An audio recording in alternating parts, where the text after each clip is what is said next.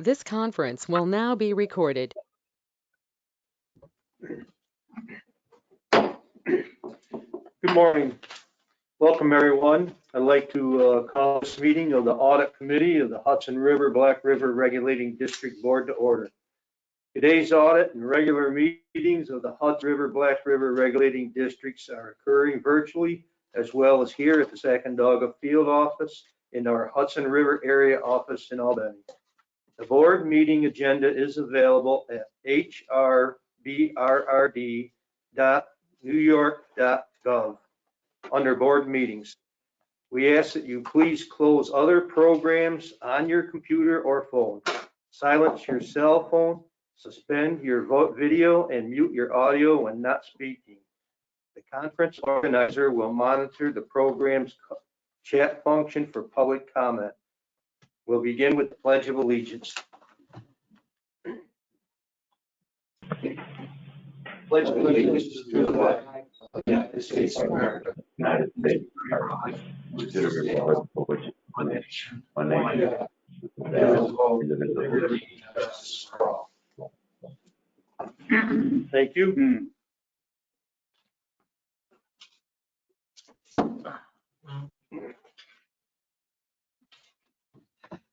Now I have a roll call, Mr. Leslie. Committee Chairman Albert Hayes. Here. Committee Member Kenneth DeWitt. Here. Board Chair Mark Finkel. Here. Committee Members Jeffrey Rosenthal. Here. And Richard Bird. Mr. Bird is in. Yep. Board Member Timothy Regan. Here. Executive Director John Callahan. Here. General Counsel Robert Leslie, it's me. Compliance Officer Stephanie Rozicki. Here. Board Member Alfred Candido. Here.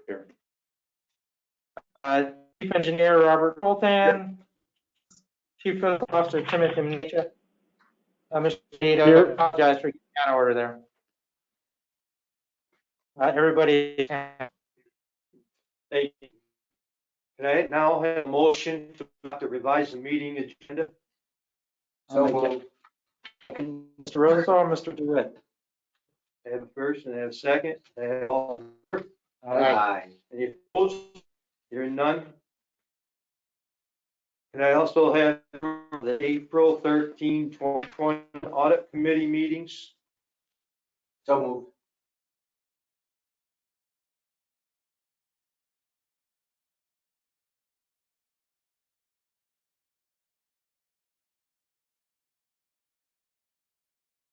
All right.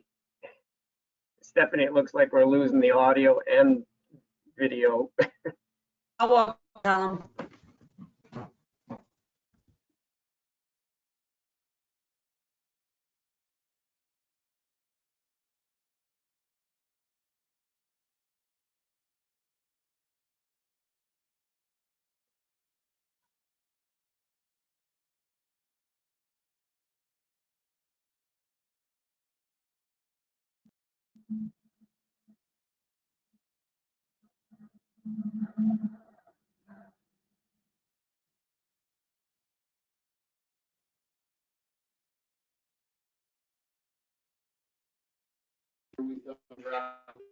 Yeah. Sean, we've got you back, but it does sound broken up. Okay, different audio connection, please.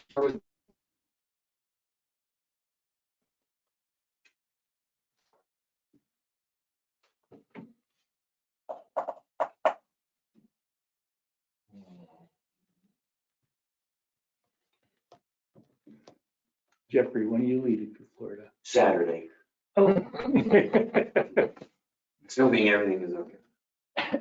Well, I just got a report from down there. I think it was yesterday. It was 54 degrees. When are you headed? January, Before or after? right after Christmas. That looks better and sounds Just so you better. guys know, you're not muted at the moment.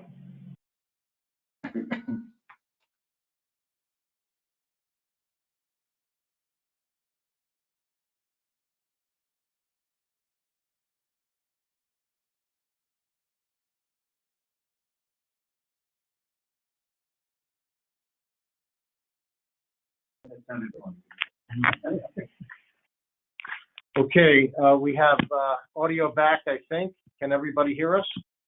Yes. Roger. Okay. Go ahead. Could you repeat the last part, Mr. Hayes? Under the new business, we have a presentation of independent audit by Nora Galeros of Galeros Robinson Certified Public Accountants, LLP, for the year ending June 30, 2021. Mr. Minichia. Thank you, Mr. Chair. Gives me great pleasure to introduce Nora Galeros, the partner in charge of Galeros Robinson's government and not-for-profit group. Nora has over 20 years of experience in performing consulting, financial audits, and compliance engagements, serving governmental and not-for-profit entities, as well as employee benefit plans. She is a member of several organizations, including the American Institute of Certified Public Accountants, the New York State Society of Certified Public Accountants, and the New Jersey Society of Certified Public Accountants, where she is also a member of the Governmental Accounting and Auditing Interest Group. Before turning the floor over to Nora, I just want to thank my colleagues, Anna Tracy and Kim Scott, for their hard work and commitment to working with Nora and her team to get the audit completed in a timely manner. And now, without further delay, I will hand the talking stick over to Nora. Thank you, Tim. Good morning, everyone, and thank you for again having us today. So I am here to present to you the results of the 2021 audit, which is a requirement of professional standards. We are here to present to you because the audit committee and the board are charged with governance of the regulating district. So the report was provided to Tim and was distributed to you, and we will bring it up here so that we can walk through the report together. Would you like to mouse? Yes.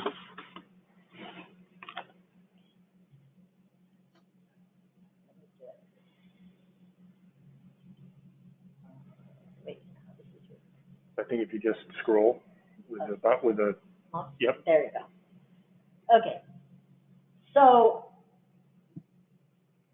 our report to the audit committee and the board includes the following elements of discussion. The first one is just revisiting and clarifying our respective responsibilities. So our responsibility is to perform sufficient amount of work based on two sets of standards, the generally accepted auditing standards in the U.S.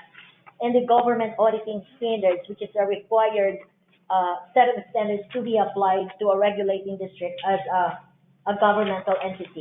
Okay, because we have performed our audit in accordance with government auditing standards, we are also required to look into the internal control structure of the regulating district. In other words, what are the processes in place to bring the numbers to where they are at the end of the year? The financial statements include several types of transactions that have been processed throughout the year, and we have to look at the processes that were applied by the regulating district, test those controls, and then report to you if there were any deficiencies noted. The responsibility of the district, as well as those who are charged with governance, is to ensure that you have that processes in place, number one, and number two, that there is an oversight. And that's why we are here today, so that we can report them to you if there were any findings or what the result was at the end of this audit. We are not only looking at the numbers, we're also looking at the accounting policies and practices that the regulating district had applied from year to year.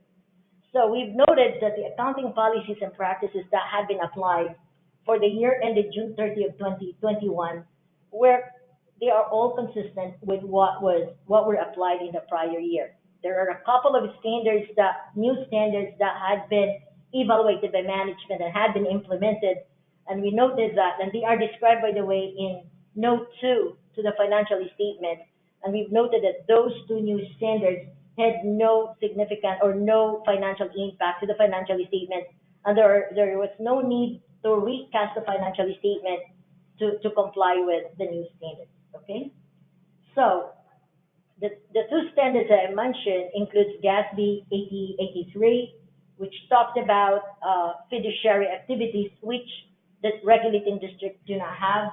And the second one has something to do with the recognition of interest during construction, and there were no construction activities during the year, where we need to examine whether or not interest expense were recorded in accordance with the new standards. We are also to look at significant or unusual transactions. So we've performed sufficient amount of work and look at if there were any unusual transactions, and if there were some or there were any during the year, you have to make sure that there was proper recognition of those transactions, but there were none. We are also to look into estimates made by management, and estimates in this case are really applicable to how depreciation of your fixed assets are calculated and how, you know, pension costs are reflected in your books. And again, the regulating district has been consistent in its application, and there were no findings that we've noted. There were a couple of adjustments that needed to be made that we proposed, but they were not significant in a way that would indicate that these estimates were changed just because it would yield a favorable result. In other words, estimates had been calculated as they were in the past. Audit adjustments. Okay. These are what we call corrected misstatements. There were 32 journal entries that we have proposed and discussed with management. A lot of these are more reclassification where, you know, they need to be put in a red category, or there were some accruals that needed to be recorded at the end of the year. But these are not unusual, or these are not items that were different from previous years, in other words. So there were 16 journal entries in Hudson River. There were also 16 journal entries in Black River. And all of this had been agreed by management and had already been recorded in the general ledger system of the regulating district. In other words, the records of the district are now consistent with the audited financial statements. Okay? And if you are curious about the type of journal entries that were recorded, they're included in the package as Exhibit C. We are also to report to you if there were any uncorrected misstatements. In other words, if we have proposed a journal entry, for instance, because we've noted something while we were performing the audit, and if management had refused to record it, then we would have to bring it to you. But all of our journal entries had been agreed, and again, as I said, had been recorded. We are also to let you know whether or not management was difficult, you know, during the process, if there were any disagreements. And we are happy to inform you that we really received full cooperation from Tim and his team, and all that we've asked for were provided in a very timely manner, so that we were able to complete the audit right before the due date of the financial statement submission to the state. We are also to report to you if there were any material weaknesses. Again, there were no material weaknesses noted. There were no deficiencies noted during the audit. All of our proposed journal entries have been booked, so there is really no deficiency to be reported at this time. So now let's go to the financial statement, which is Exhibit A to this report. Our report includes the consolidated financial statements of both the Hudson River and the Black River, but there are also consolidating schedules in the past. So let me just begin with the opinion we have rendered.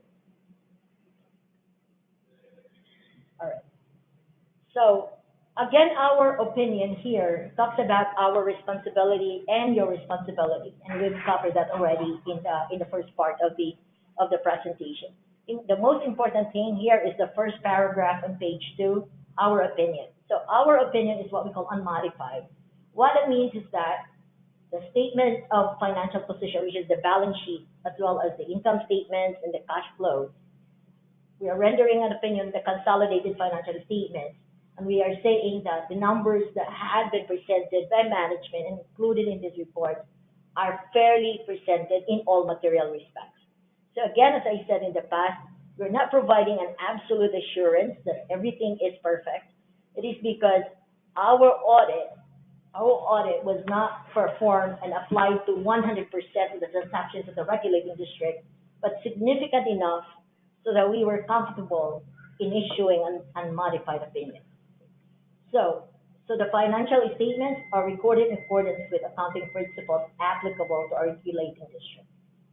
Now, other matters, and I'm going to bring your attention to a couple of things. So the consolidating financial statements, which support the consolidated financial statements, are included for purposes of reference, so that if there is, someone curious as to, what was the number for Hudson River, what was the number for Black River, they are provided.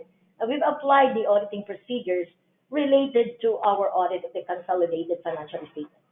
Now, we are also bringing to your attention that there are some supplemental schedule required by GASB 75 related to pensions, and they are also included in the financial statements. A lot of this information are taken from state-wide information available to participating entities, okay? And we've also referred to the evaluation report on the other post-employment benefits from the consultant hired by the regulating district, and all the numbers are included in here.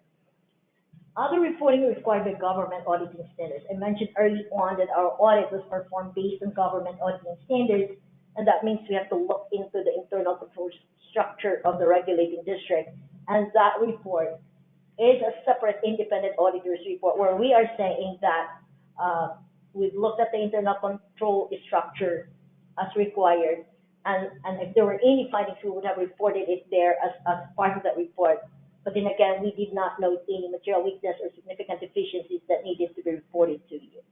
So these two pages are the only items, if you will, that are ours, and the rest are what we call management provided information, and they are presented to you as they are. So let's go to the first financial statement, the consolidated financial statement.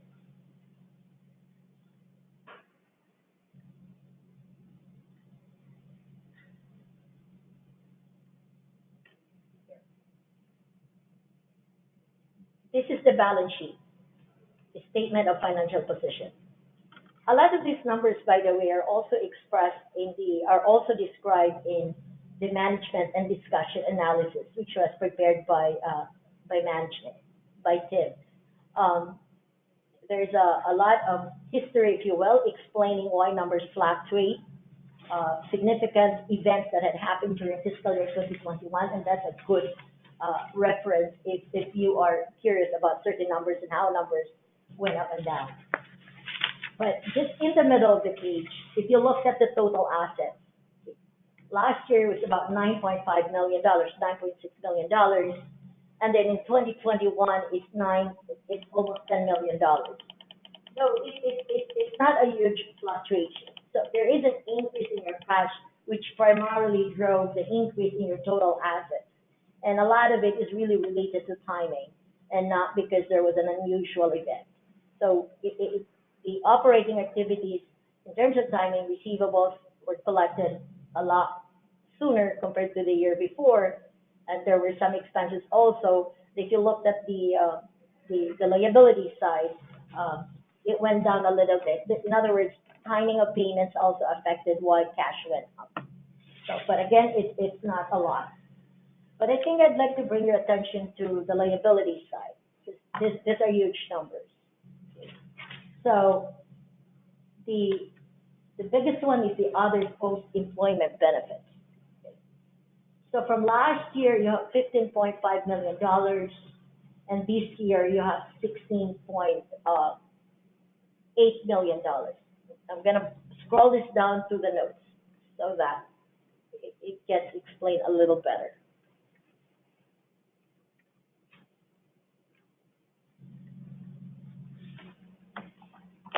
Sorry.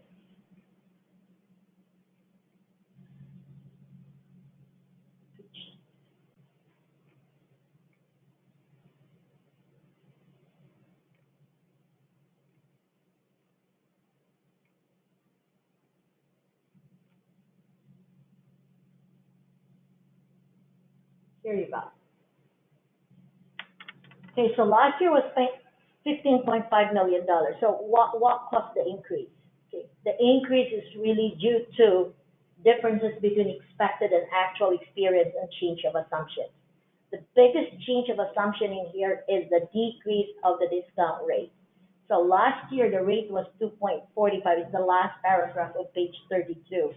2.45 on July 1st, 2020. And it went down to 1.92%. So even if it's less than a percent, it really has a significant amount. When you compound it to future years, it's $1.1 million worth of increase. Now, last year, if you look at it, it went down last year. There was a huge drop, which also reduced the expenses that you have in 2020. We talked about it last year. It has something to do with the change of assumption on the Cadillac plan. So, and also the interest. So a combination of those two yield a deduction of expenses in 2020, which contributed to an increase in net assets last year. But in this year, it's the opposite. So discount rate from 2.45 to 1.92, it was an increase of 1.1 million in your total liability. So there's a service cost that is applicable in 2021, interest cost of 382,000. There were some benefit payments made during the year of over $500,000. That's the reason why your total OPEB liability as of June 30, 2021, is now $16.8 million. That's the biggest number you have in your statement of financial position, in your balance sheet. So going back to the Page 11. page 11. Oh. Page 11. Let me just scroll. Sorry.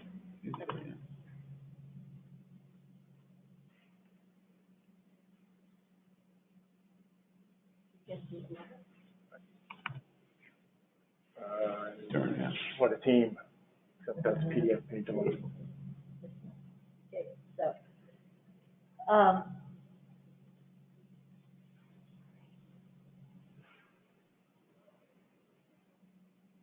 You got it. that's it. One down a little. That's right. Okay, and so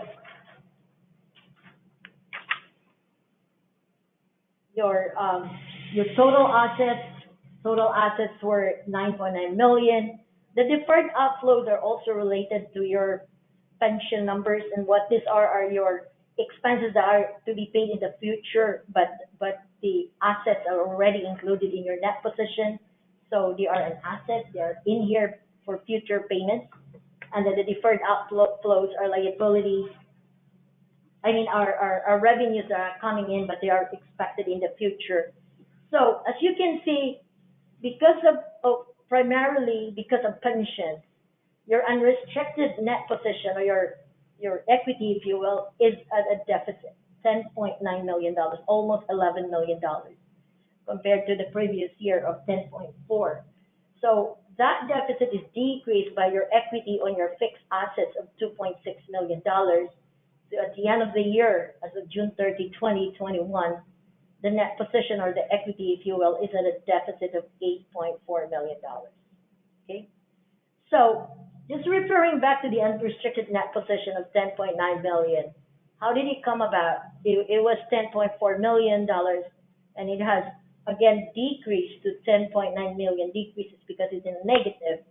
Further, it can be explained in the next financial statement, which is your P&L, which is your statement of activities. Okay.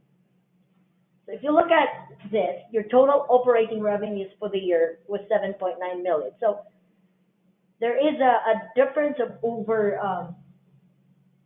$700,000, and primarily because there is an other revenue, and this other revenue is related to the evaluation and management of bad debts, or the allowance for bad debts for receivables from the state. Years ago, $1.2 million of the receivables from the state was reserved, considered as allowance for bad debts. It was a reserve. So an expense was already recognized when that allowance was recorded years ago. Collections had already been made throughout these past years against that receivable, but the reserve for allowance had remained at $1.2 million. So for fiscal year 2021, management had evaluated the reserve, and the reserve had been decreased by almost $400,000 just because receivables had already significantly went down. There is a remaining amount of about $700,000 in the allowance for reserve because receivables would have to be collected or will be collected over more than 3 years, if you will. I know that Tim had already discussed with you that for the next 3 years, these receivables would not be collected, right? But on the fourth year, there will be the projection is receivables would continue or would resume to be collected or will be applied. In other words, payments from the state will be applied to these receivables on the fourth year. So it was decided by management that part of the reserve will continue to be maintained in the books until such time that collections will again be applied to these receivables in the future, and then these bad debts, allowance for bad debts, will then be evaluated and would hopefully go down again as the receivables go down. If you look at the operating expenses, last year was $4.4 million, but I'd like to bring to your attention that last year there was a huge deduction of $3.1 million on your other post-employment benefits. Again, that was because of the assumptions that were favorable to the regulating district in 2020.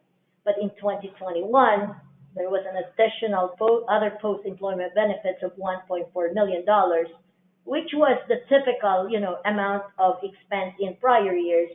So the total operating expense was $8.7 million, which brought the total operating loss to $771,742. So there were non-operating revenue and expenses related to interest expense and interest income. So the total non-operating expense was We interrupt here in Mayfield for a moment. Can you hear us okay? Okay, We have a question. on those other post-employment benefits, explain that to me again, so I understand what's happened there. Okay, you're in 2020. Okay, so you see a huge number there, 3.1 million, decreasing your revenues or decreasing your expense. It's because there were assumptions in 2020 that were favorable to the district, meaning the original Cadillac plan was adjusted, meaning the projected expense related to other post-employment benefits were not as high. In other words, there was a reduction of the projected expenses, which yield a deduction to your total post-other employment benefits. But in this year, $1.5 million, that's the typical amount that is considered an expense for the regulating district. This is the estimated. Help me understand why there would be different assumptions on that. What changed? Okay, so the assumptions that are included in the calculation of the other post-employment benefits includes number of employees, okay, and the discount rate. Also, the type of plans that were available to employees.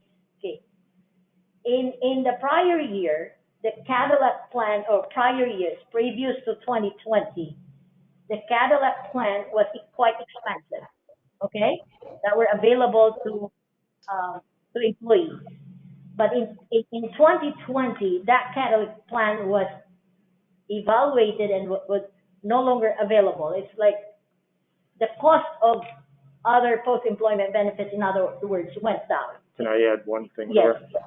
So Tim, in the Tax Cut and Jobs Act of 2017, there was a tax law change that changed how these high-end plans, which Nora is referring to as a Cadillac plan, how those would be treated. That one-time only change in the tax law happened to be favorable to the regulating district, not necessarily because we have one of those, but because it altered the actuarial assumptions that go into factoring into the cost.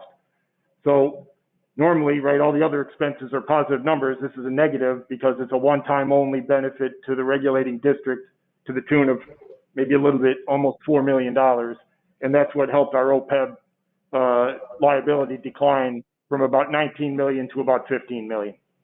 All right, hey, Tim, let's talk, I would just want to understand that better. I don't want to hold everybody up. Let's talk offline and Happy, so I can understand that. yep, happy to do it. Thanks. Okay. So, but the typical other post-employment benefits in a year is about this number, 1.4 million, and in the past it's always been like that. So that brings your total operating expenses to $8.7 million. If you need the breakout of, you know, how much Hudson River had contributed to this amount and Black River contributed to this amount, it's in the consolidating financial statements. It's page 35. So Hudson River actually has an operating income, whereas the Black River has the operating loss, which, you know, when added together, it created a 742 of operating loss. So including the non-operating revenue and expense related to interest, income, and expenses, again, the changes in net position or expenses exceeding your revenues, the total amount was 775,256. So in the prior year, the total net assets was again a deficit of 7.6 million. Adding the changes in net position in 2021, so that explains the reason why you have $8.4 million of net assets at the end of the year in the deficit. Okay. The next financial statement is the cash flows, which translates your statement of activities or your P&L into a cash basis type of activities, and explain also the reason why your cash went up at the end of the year. And then the rest of the financial statements are the required disclosures. And we've already discussed one important note, and that's related to the benefits.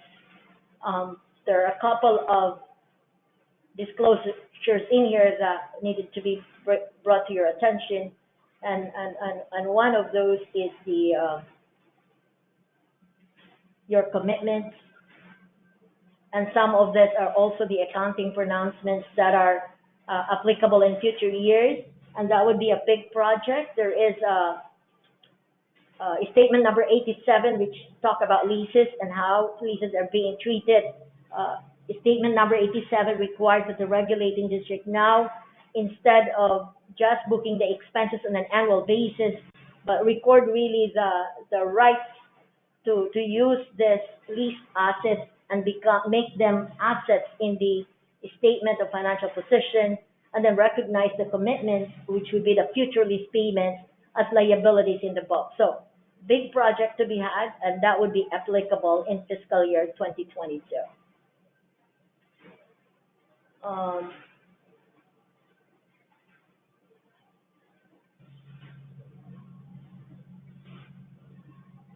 So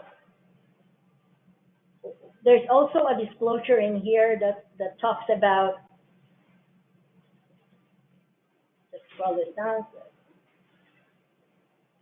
So the long-term obligations, again, important. This really comprised of your the OPEB, how much addition, how much went up. You have your compensated absences for unused vacation, unused leave, also went up, and there are no payable also, which it's over $700,000, and your net pension liability of over $1 million. So That's $17 million right there on your long-term obligations. The commitments are related to your leases of offices. They are here, and that it covers from 2021 all the way after 2026.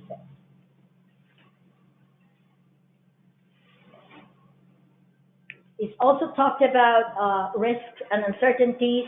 COVID-19 is here. It's a required disclosure. Could not really quantify, how much this would impact the regulating district from now to the future. So it becomes one of the uncertainties that needed to be disclosed. So again, I talked about the supplemental schedule. It's in here, Hudson River and Black River, for all of those consolidated financial statements. If you need to take a look at how much or what are the amounts related to each of the river. And then last but not least is our report on government auditing standards, which I already mentioned, talked about the work that we have to do related to your internal control structure. And again, our report does not include any deficiencies. We are also required to report on prior year findings. We have to test whether or not they are corrected. If they were not, it would have been here and would say, and would become a current year finding. But the finding that we had noted in the past related to the calculation of sick leave of a retiree, we've tested all payments to retirees in fiscal year 2021, and we've noted that all of them were calculated right. Exhibit B is included in here, which is the management representation letter. Our issuance of the report is dependent on receiving this signed letter. And what this is acknowledgement by management that all that we've asked for have been provided, and the information provided to us are accurate. They're all accurate, and that they are truthful, and this is signed off by Tim. And then Exhibit C, I talked about the audit adjustments. And again, if you're curious, these are the adjusting journal entries that we've proposed to management and had been agreed to and had been recorded to the financial statements already. So that concludes our presentation. If you have any questions, I'll do my best to answer all of them, and if not, I could send an email to you and provide the answer through Tim if I could not provide it. I can just ask if we can stop sharing the screen in Albany, and we'll put everybody back on the big camera here, the big screen. And ask here in Mayfield if there are any questions for Nora or Tim. Right now. Yeah, I wish I could have heard better, that's all. Couldn't understand a lot of what you said, yeah. Mr. Candido or Mr. Bird?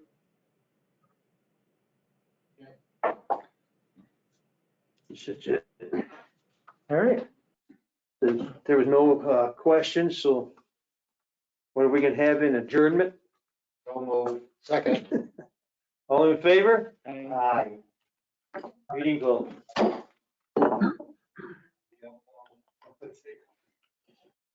Can we continue to see this reset anything? Okay. Mr. Jewett, you seconded that? No, Tim. You seconded that? Well, no. You know. Oh, Gotcha. okay. Yep, I second that. We want to call the November meeting of the Hudson River Black River Regulating District to order. Welcome, everybody. Roll call, Mr. Leslie. Board Chairman Mark Finkel. Here. First Vice Chair Jeffrey Rosenthal. Here. Second Vice Chair Kenneth DeWitt. Here. Board members Albert Hayes. Here. Timothy Reagan. Here. Richard Bird. Here. And Alfred Candido. Here. Executive Director John Callahan. Here. General Counsel Robert Leslie. Compliance Officer Stephanie Rizicki. Here. Chief Engineer Robert Fulton. And Chief Fiscal Officer Timothy Menache. Here. All present. Thank you. We need a motion to accept the meeting agenda. So moved. Where is it? Mr. Hayes. Any discussion? All in favor? Aye. Any opposed? I don't think We have no guests. we have no guests and no public comments, so. So next is approval of the October 12th, 2021 regular board meeting minutes. So move. Second, Second. any revisions, discussion? All in favor? Aye. Any opposed? Thank you. Now, the next thing is the report of our executive director, Mr. Callahan. Thank you, Mr. Chairman. Good morning, everybody. In recognition of our robust agenda, I will just briefly note that my report appears on page 59. Just want to also highlight the fact that our permit team has caught up in terms of new permits following 2 years of sort of a perfect storm of time off due to COVID and an exponentially higher real estate market around the Great Sacandaga Lake. So we still have a couple of dozen enforcement issues going on, and we're transitioning into renewal season, but I just want to commend Dan and Danielle for doing a great job catching up on what was sort of a high watermark in terms of new permits. I just want to also note, we just got a new newsletter for the fall season out last week. I hope the board has had a chance to take a look. I want to thank Gina for her great work on that, and please take a look if you had. And also, I want to note briefly that we're into now a new phase of COVID, which is implementing the state's policy on required weekly testing for anybody that is not vaccinated or declines to verify their vaccination status for a state employer. Our COVID safety plan coordinator, Stephanie Rizicki, has been working diligently on that. A lot of moving parts, but I want to thank her and the entire team here at the regulating district for their cooperation. Certainly unprecedented, uncharted territory, and everybody's been doing a great job. With that, I'll pause for any questions that the board may have. Do we have a lot of non-vaccinated? I can just report simply that there are 2 employees within the regulating district world for whom we don't have a verified vaccination status. So we don't say not vaccinated, but the way the state's policy is worded, this testing requirement is triggered if you know somebody is unvaccinated. They can tell you, or you're unable to confirm their vaccination status.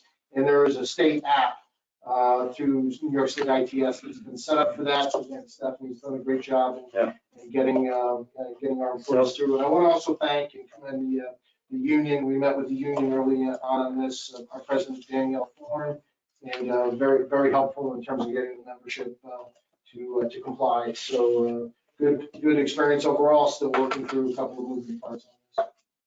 And I'm sure it will continue to evolve. No question about that. Yes.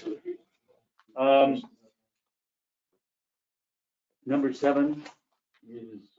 Yeah, so we have John Montero in Albany. Oh, Maybe he present okay. on which 3 of you that serve on our working group have already heard about. Yeah.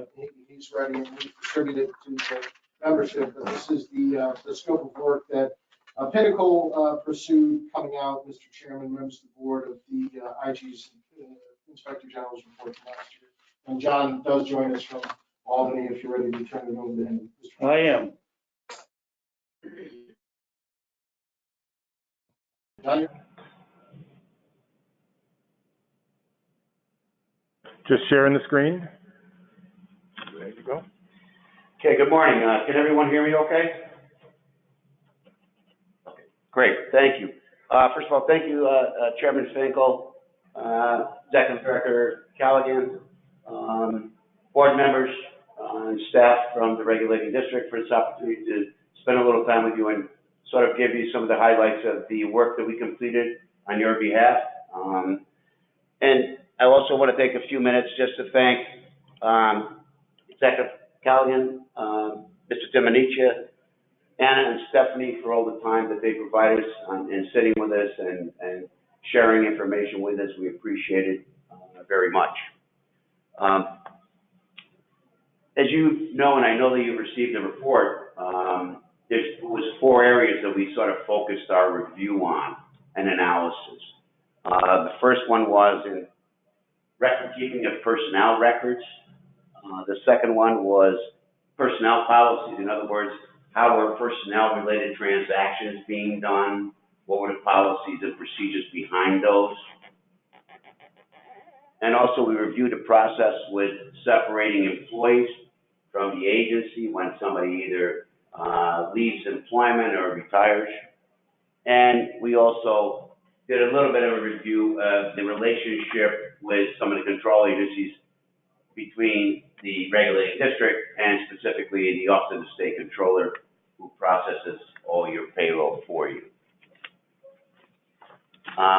One of the things that we were very, very pleased to see is that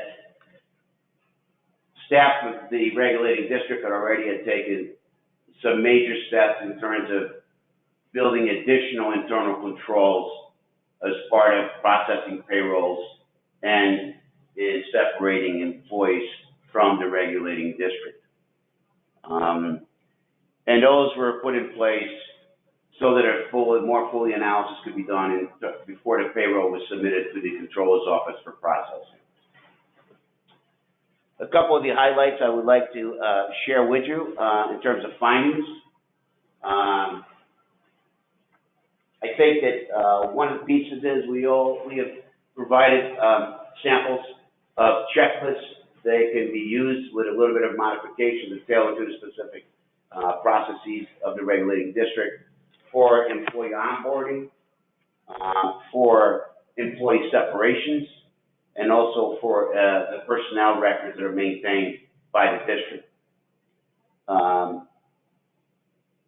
We also recommended that there be some further review of the automated systems that relate to maintaining personnel records and also processing payroll in terms of trying to determine if there is an opportunity to have different levels of access to those systems. So some folks may only be read-only, so they can only see the data. Some folks they have full access to it. And also we made a recommendation that as part of that exploration regarding the automated system, if there can be a process by which certain transactions on the system require a higher level management approval before they actually can be put in place. That's somewhat common in a lot of systems. You may have experienced that. If you call someone's customer service line, they may tell you they need a supervisory approval to process that transaction. Very common in NICE-STEP, which is the HR system in the state, and so it's a very common thing. So we kind of recommended that be looked at as well.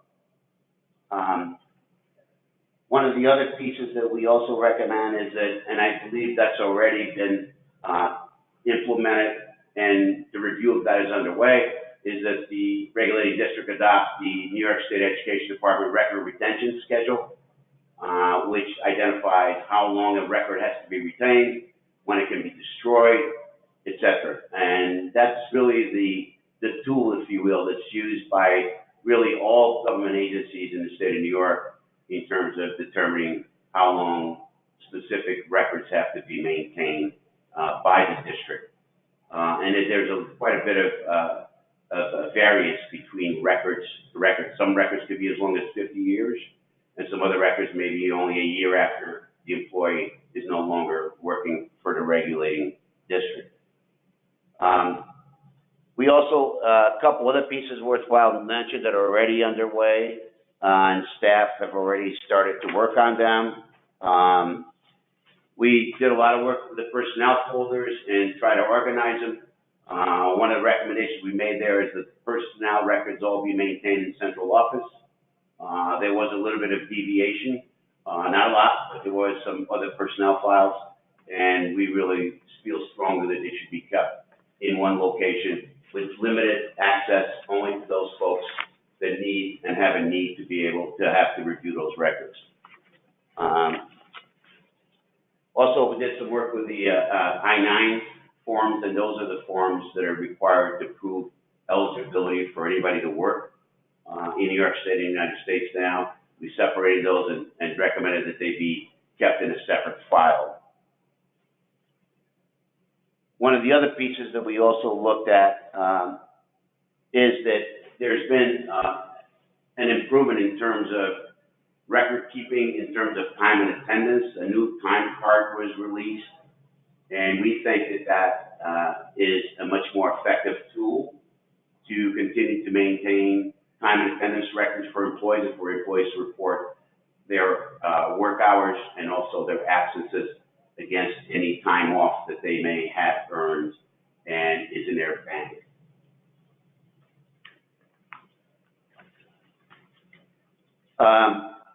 Overall, as I indicated, John, can I ask you to pause for 1 minute, John? Yeah. I got a question. Sure. Mayfield. On your time and attendance system, who's the keeper of that system? Is the immediate supervisor, or is there a centralized area for it? So every supervisor signs off on each employee's timesheet, and then those are sent here to a central location where they are processed and stored.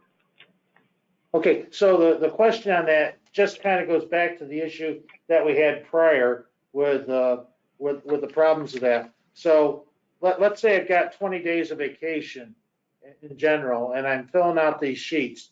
Who's checking against that to make sure that, I'm not taking over 20 days? So the first line of. Tim. Go ahead, John. I'm sorry. I'll just address that, and then you can weigh in as well. So it is the responsibility of the supervisor in the first instance. Yeah. To check time taken both against accruals. Yeah. And also time off requests that are submitted. The time off requests are submitted by email, and they are retained by the supervisor in a file. In the second instance, the timesheets are audited by Anna Tracy in Albany after the fact. So if there is, and this does happen occasionally, if there is a discrepancy versus maybe instead of carrying over my accrual balance in 1 month to the next month as a starting balance, I used the previous balance, or I didn't take off the time I'd used. She'll identify that and go back and correct it. Yeah. And Tim, I'll let you weigh in as well if I missed anything. Each timesheet has that accrual on it. Yes. All the accruals for sick, for personal, for Okay, so vacation. weekly, when they get a timesheet or whatever, it has the accruals right on it for what they have? Yes. Okay, so that's all up to date. And then, so the supervisor's keeping track of that if they take any time off during that. So if they were to leave 2 hours early or something, that supervisor would track that. Right. And how accurate are we doing that? The only reason why I'm asking is because I was on another board where it wasn't being done very, very accurately. And at the end, we owed huge amounts of money to employees that said they never took vacation. These were doctors who said they never took vacation, and it ended up being like a year, 2 years of salary that they got when they retired. We are very accurate. Okay. And does the state have a human resource system in general? Because you mentioned, an HR system to track and do a lot of these things. The state doesn't have one of those systems as a whole? Department of Civil Service. State does, we're not part of it. Okay. So if you wanted your own HR type of system, you'd have to buy an ad hoc one and put it in. Yes. Okay. Got it. Just an example. I've got mine from Mark to sign. John's brought in examples of time cards for Mr. Reagan to take a look at. Have him continue. Yeah. Go ahead. Okay, John. Ball's back in your court. Thank you. Okay, thank you very much, John. So, and again, I want to stress that, we've looked at every personnel file of all the active employees currently. We looked at personnel files of a sample of the folks that have separated to make sure that the documentation that was in that file was what needed to be in there, and that it provided also the kind of assurance in terms of being able to see the progression of an employee who has been employed in the district throughout their career. It should be documented in that file as well. So we kind of took a hard look at those and made sure, and that's where we also noted and made some recommendations pertaining to, what should be in that file and what shouldn't be in the file. A simple one is, for example, medical records. Any kind of medical related documentation from an employee really needs to be kept separate. It was being kept in a separate file, but within the same file. So staff, to their credit, have already done that and removed it and placed it in a single separate file, not with any other type of personnel records. I think that's my overview that I wanted to share with you. I'm more than happy to answer any questions that you may have, any comments. Yeah, I know when I went through this report and looked at it, thanks for sending it out, but I think what I was most happy to see were the number of things that were in process or had been completed. You know, to me, when you've got an issue, right, it's nice to see that people jumped right on it and took care of the issue and tried to come up with ways to resolve it of going forward. And that was really evident throughout the report. You know, more important than the report, a lot of times you get the reports, if nothing happens to them, then you end up with the same problem. So very happy to see that. Any other comments? And again, I want to just, I'm sorry, if I can, I just wanted to share with the board, and I'm sure this is not going to be a surprise, but you know, you have very dedicated professional staff here at the, you know, regulating district. And as soon as we were going through, when we identified anything that we reached agreement and consensus that it needed to be changed, where it could be done, it got started right away and put in motion to change it. Yes. And John, in case you didn't realize, that was as good of a compliment as I get. I kind of needed to point that out to you. So. Any other comments or questions? I want to thank you very much for the report. I also was very pleased. Okay, thank so you. Thank you very much. Thank you. Thank you. Next, we have contract and actions. First one is a resolution to award human resources consulting services work to GTM Payroll Services Incorporated. Mr. Callahan. Thank you very much, Mr. Chairman. I'll take just a couple of brief words and ask Mr. Reagan to comment as well. But as the board knows, I've been working with 3 of the board members to look at restructuring generally in the wake of John Hodgson's departure, to look at what the best, what the current state is, and I think the best state going forward. And based on a sort of a vision statement maybe that Mr. Reagan provided as far as how to move forward, we thought, we've just heard from Pinnacle. Pinnacle is now GTM Pinnacle. We've heard from Mr. Montero on the scope of work they just completed. We thought that they would be a good firm to help assist the board in looking at these issues going forward, so we can make an informed decision. Very happy with the work we received from Pinnacle. They have provided an estimated project cost of scope of work to do this next phase to support this effort for $10,500. The 3 members that comprise the working group were able to meet with, discuss with Mr. Montero, but subsequently he has disappointed us by the announcement that he is stepping back and retiring. Somehow I have to say it must have been as a result of our meeting with him. It could be, but we're still confident that this is the right firm, an MWBE firm, to carry this work forward.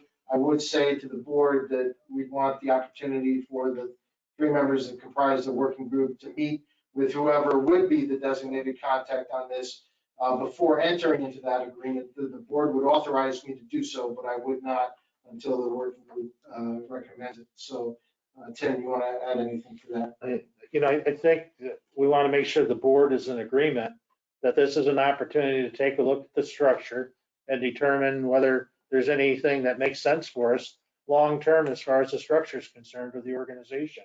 Yeah, I sat in on that meeting and I agree. I agree with you 100% on that. And, you know, to have a third party looking at it, I think makes sense. So, Mr. Chairman, we'd appreciate the board's support on that. I agree with the one caveat, which I've had from the onset, is every contractor I've been engaged in for the state has a contact person. And especially now, John, you can't retire, by the way. You didn't get our approval. I just wanted you to know that. But really, just for some continuity, I would like to know who it is that we're gonna pick on. And a chance to talk to them. Yeah. He or she. Yeah, I think I wanted to make that clear. And you did. But we would not enter into any agreement until that working group has had an opportunity to meet with and get comfortable with. Well, I'd like that part of the motion. Yes. And the caveat that this effort is not designed to reduce staff, but merely make sure that each staff member is doing the duties that will best represent the mission of the regulating district. But I think the way we may want to say that, you guys, is that we're not looking for a revolution here. We're looking for an evolution. And so an evolution in process improvement, we're always trying to make the processes better. Those processes may come up to when somebody leaves, we may not need to replace them. I guess I wouldn't want to make a commitment that when we get all said and done, there's not an opportunity there. I don't know. But, you know, the thing is, we're not looking for a revolution. As opportunities and stuff come up, we want to reorganize, we want to restructure, we want to do things, simplify, which may create an opportunity somewhere down the line. I don't think anybody here is looking to reduce ad count. No. Right now. So, I mean, I want to be fair and saying if we're going to do this, it should give us an idea of what we may want to look like 3 to 5 years from now of going forward, and that we work toward that. And maybe development we need to do with people, who knows? But I wouldn't want to just say, hey, carte blanche, nobody's ever going to change, because I don't know any organization today that can make that kind of a statement. So, Mr. Chairman, Mr. Montero is here and can answer some questions about their proposal. I can answer any other questions the board has, but with Jeffrey's caveat.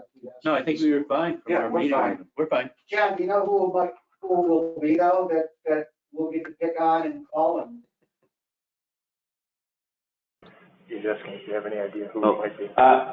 No, I don't. I know, I can tell you though, that, Critical CPM, has a number of professional folks that I feel confident, can continue the kind of work that you want to achieve here.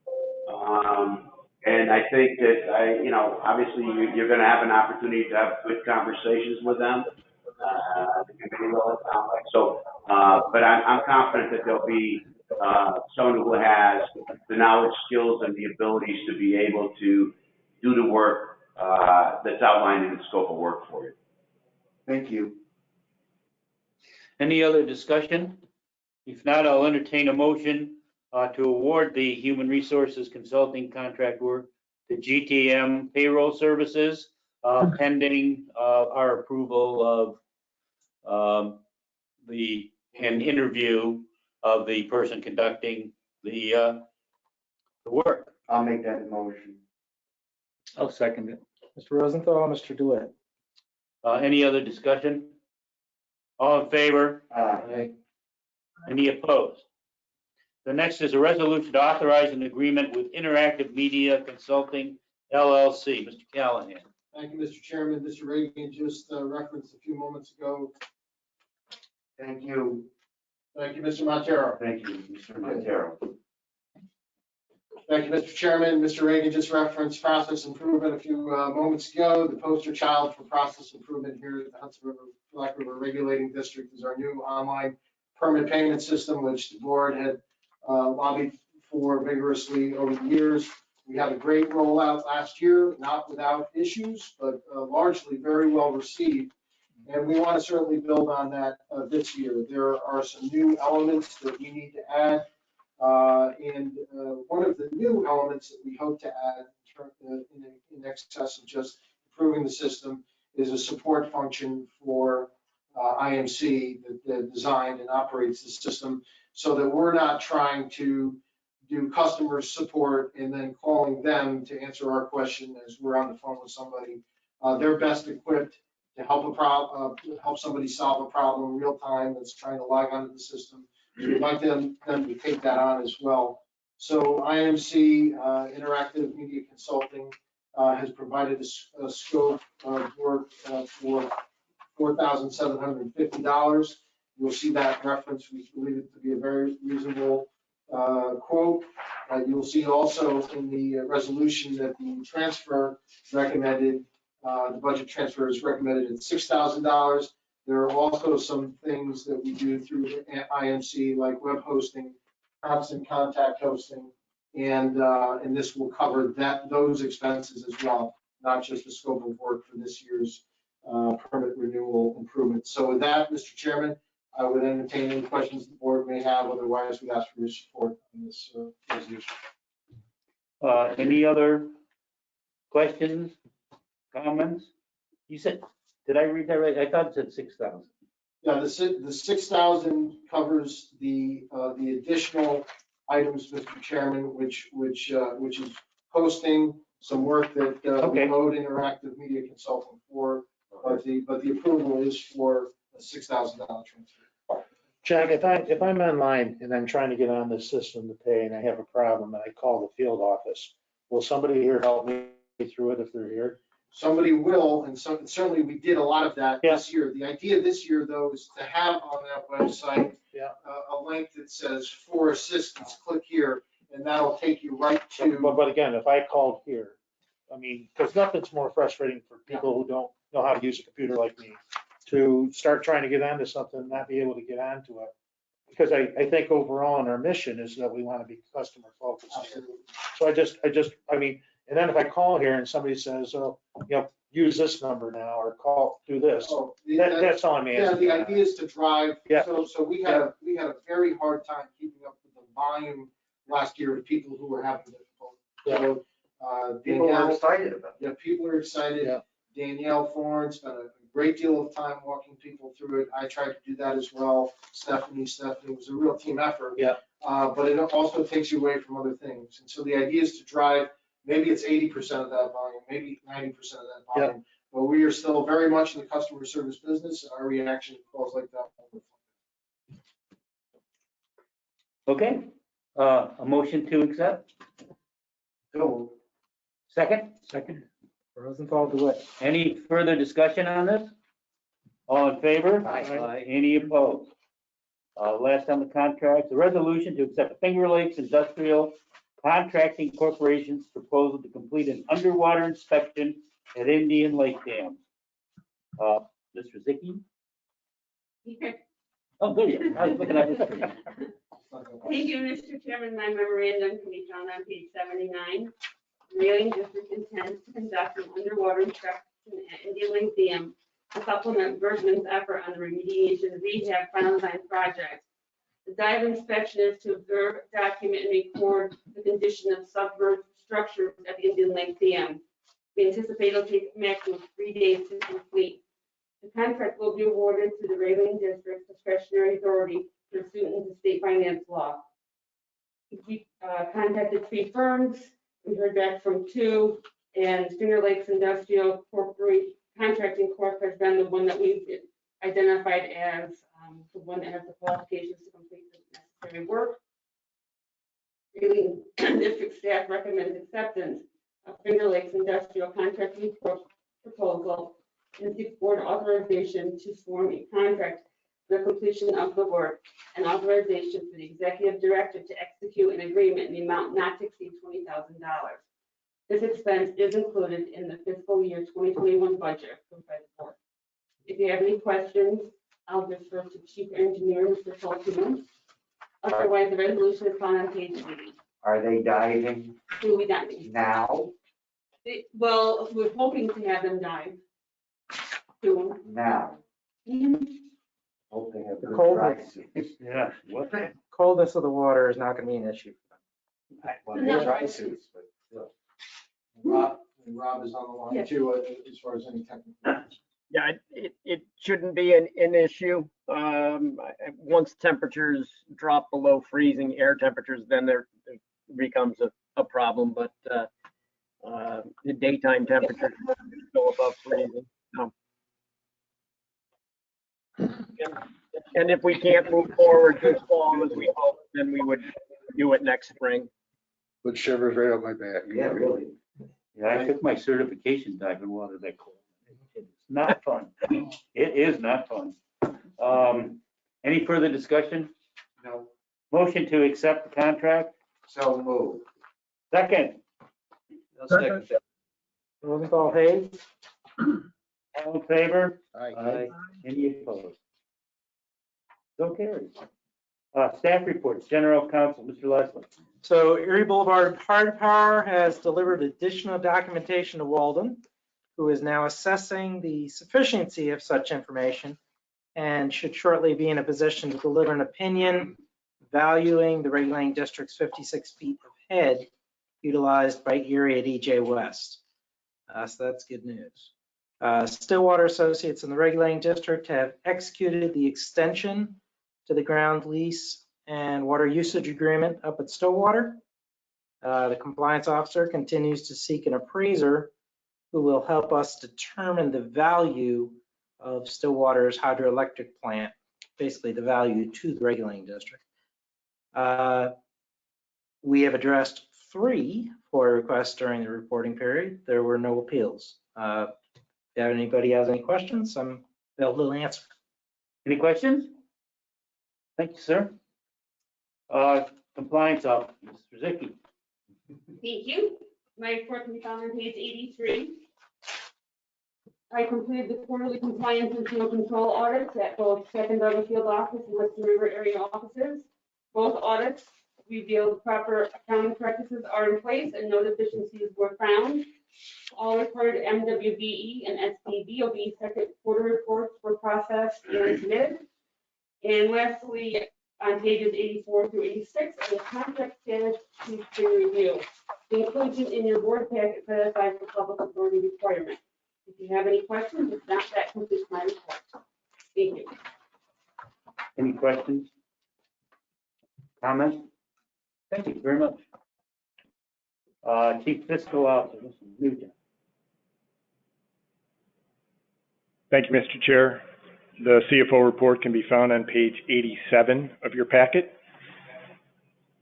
As I mentioned last month, the regulating district's cash position remains strong, with combined balances running 14% higher than they were at this period last year. Year-to-date expenses for employee compensation and real property taxes are almost identical to what they were through the first 4 months of last fiscal year. I'd like to turn your attention to the timely and complete principal and interest payments that the regulating district made to New York State Environmental Facilities Corporation in October.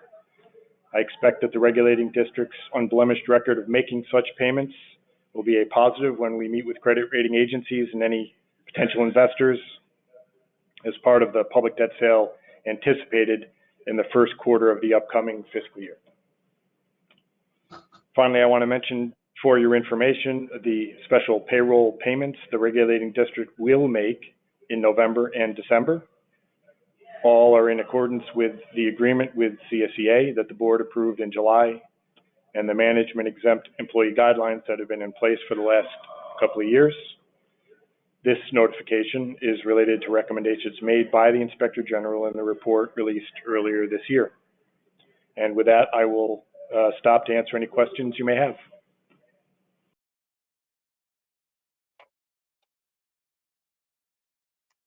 Thank you very much, sir. And finally, Chief Engineer, Mr. Polkin. Thank you, Mr. Chairman. My report begins on page 110.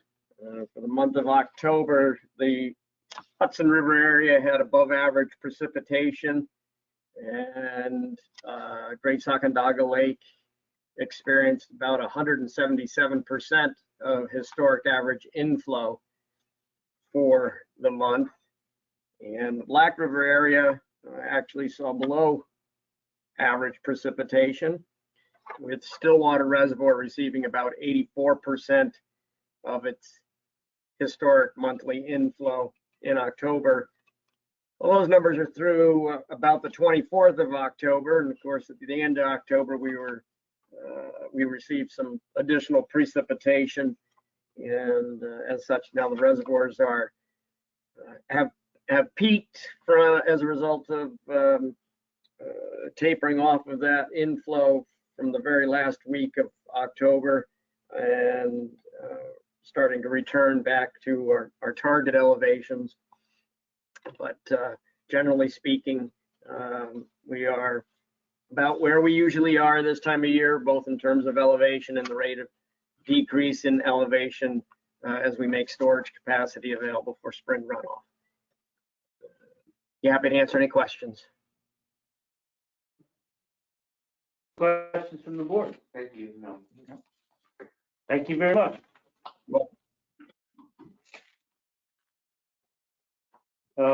Any other board member questions or comments?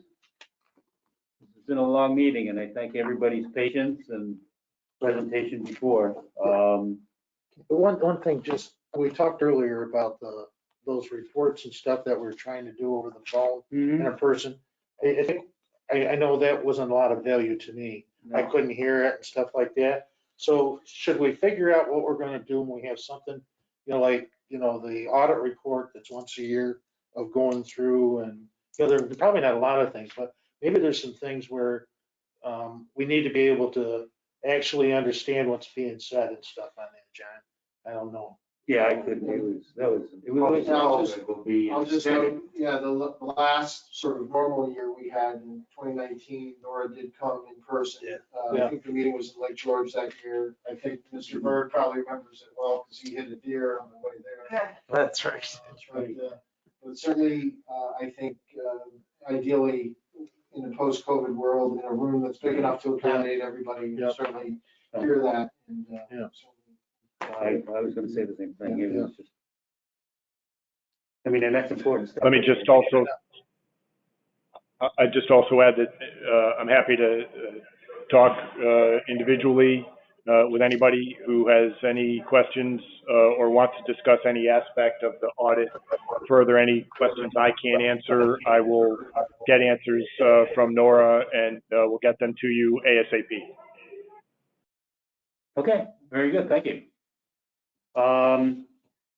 Need a resolution for the next board meeting, which is January 11th, and it's currently scheduled for SFO here.